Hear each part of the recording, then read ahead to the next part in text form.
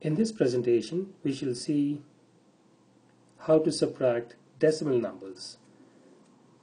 So let us take an example here, and in this example we want to subtract 3.252 from 6.02. So 6.02 minus 3.252. So how do we do this?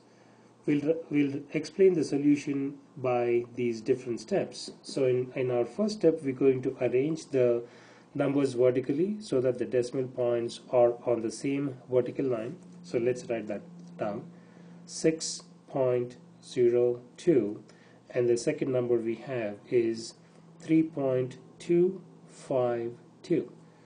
So this is what we need to do. We want to subtract. So as step 2, we're going to subtract as if we are subtracting whole numbers, and then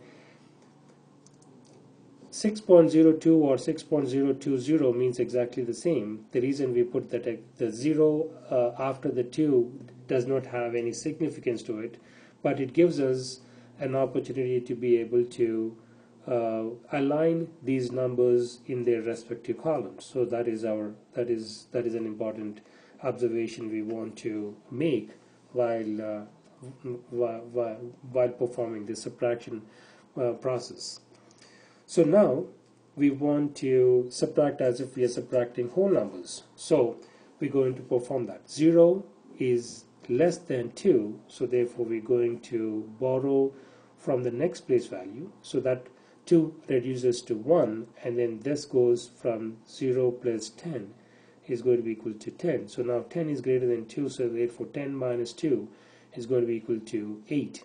And now 1 is less than 5, so we're going to borrow from this next place, so there is nothing there, so therefore this was basically 10. Now that reduces to 9, and this becomes 5, so therefore this becomes 1 plus 10, so this becomes equal to 11. So 11 is now greater than 5. 11 minus 5 is equal to 6. And then in the next place now, 9 minus 2. 9 is greater than 2, so therefore 9 minus 2 is 7.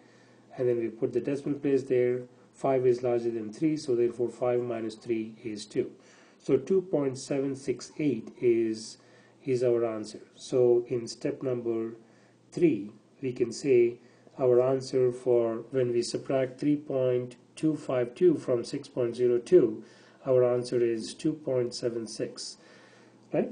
So now we want to make sure that we we performed this operation correctly. So therefore we're going to now check our work.